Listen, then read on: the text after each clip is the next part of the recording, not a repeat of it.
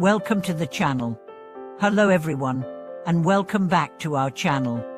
Today, we'll be discussing an important concept that relates to both material wealth and spiritual growth. Why is it important to abstain from lust after achieving wealth?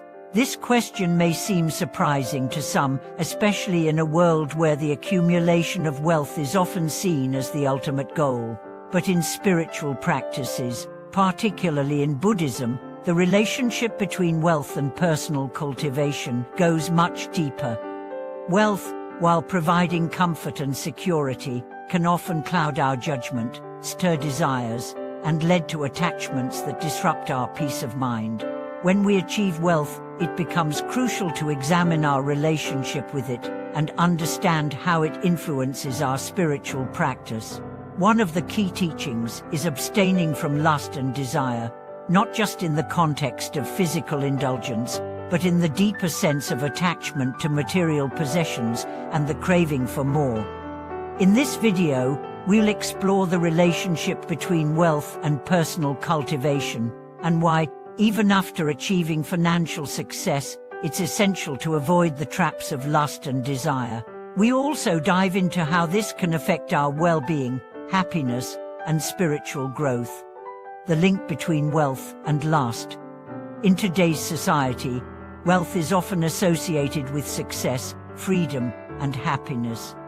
We are told that having money allows us to enjoy life, secure our future, and provide for our loved ones. However, as we accumulate wealth, we may also notice that our desires intensify. The more we have, the more we may want. This cycle of endless craving, driven by lust for more, can be deeply damaging to our spiritual growth. In Buddhism and other spiritual teachings, lust is not limited to physical desire. It also refers to the craving for material possessions, fame, and status. The desire to acquire more and more is a form of attachment that can lead us further away from spiritual peace and contentment. It's not wealth itself that causes harm, but the attachment we develop to it. The dangers of attachment to wealth. The attachment to wealth, or what we often refer to as lust for wealth, can have several detrimental effects on our lives. When we become too attached to money and possessions, we may find ourselves constantly anxious, fearful, and dissatisfied. We might feel as if we never have enough, regardless of how much we accumulate.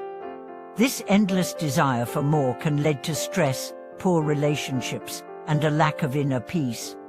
One of the key teachings in Buddhism is that attachment is the root of suffering. When we are attached to something, whether it's wealth, relationships, or material possessions, we are bound by the fear of losing it. This fear and craving disrupt our peace of mind and prevent us from experiencing true happiness. By examining our attachment to wealth, we can better understand how it affects our spiritual path. True happiness is not found in acquiring material possessions, but in cultivating inner peace, wisdom, and compassion. When we detach from the lust for wealth, we free ourselves from the cycle of desire and suffering, allowing us to experience true contentment. Spiritual cultivation and the balance of wealth. Achieving wealth is not inherently bad or wrong.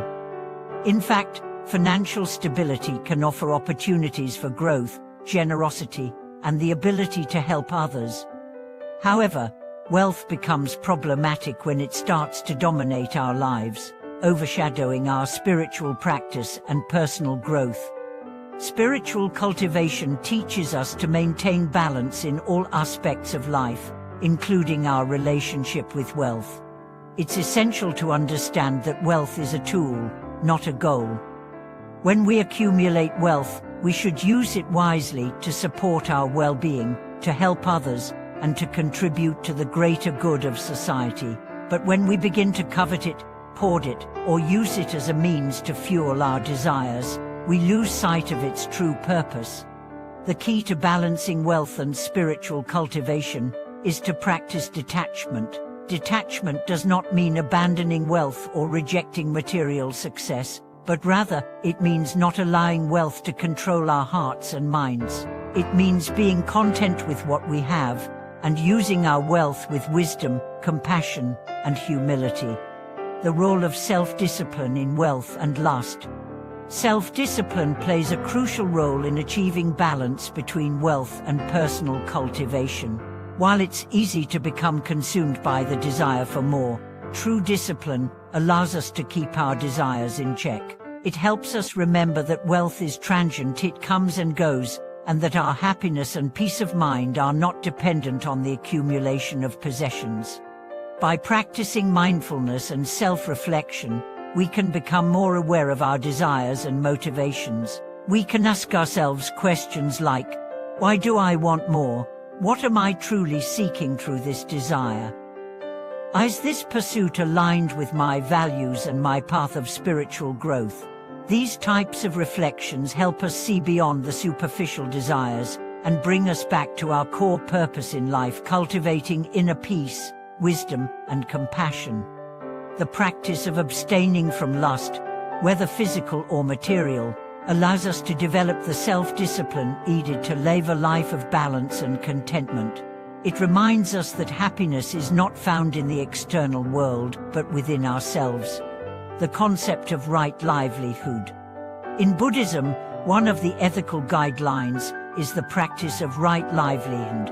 Right livelihood means engaging in work that is not harmful to others, is ethical, and does not contribute to suffering. It involves using wealth and resources in a way that aligns with our values and spiritual goals. When we practice right livelihood, we understand that wealth is not an end in itself, but a means to serve others and contribute to the well-being of society. By engaging in work that is meaningful and ethical, we avoid the traps of greed and exploitation. Right livelihood helps us stay grounded in our spiritual practice, ensuring that our pursuit of wealth does not lead us astray. By aligning our work with our spiritual values, we can create a life that is both materially abundant and spiritually fulfilling.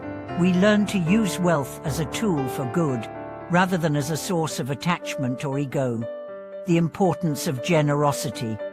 One of the most profound ways to counteract the lust for wealth is through the practice of generosity. Generosity is not just about giving money, it is about sharing our resources, time, and energy with others. When we give, we remind ourselves that wealth is not something to hoard, but something to share. Generosity creates a sense of abundance rather than scarcity. When we give freely, without attachment, we shift our focus from what can I gain and how can I contribute. This mindset helps us overcome the grip of materialism and move toward a more spiritually focused life. Generosity also strengthens our relationships and deepens our sense of community. It reminds us that we are all interconnected and that the wealth we accumulate is meant to be shared for the greater good.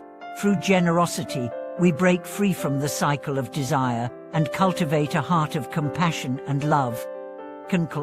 From the balance between wealth and spiritual growth.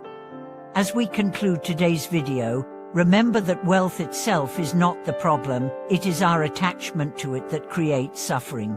When we cultivate spiritual wisdom and practice detachment from the lust for wealth, we create a life that is balanced, peaceful, and fulfilling.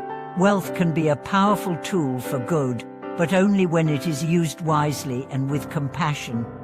Thank you so much for watching today's video. We hope that this discussion has inspired you to reflect on your own relationship with wealth and to consider how you can use your resources in a way that supports your spiritual path.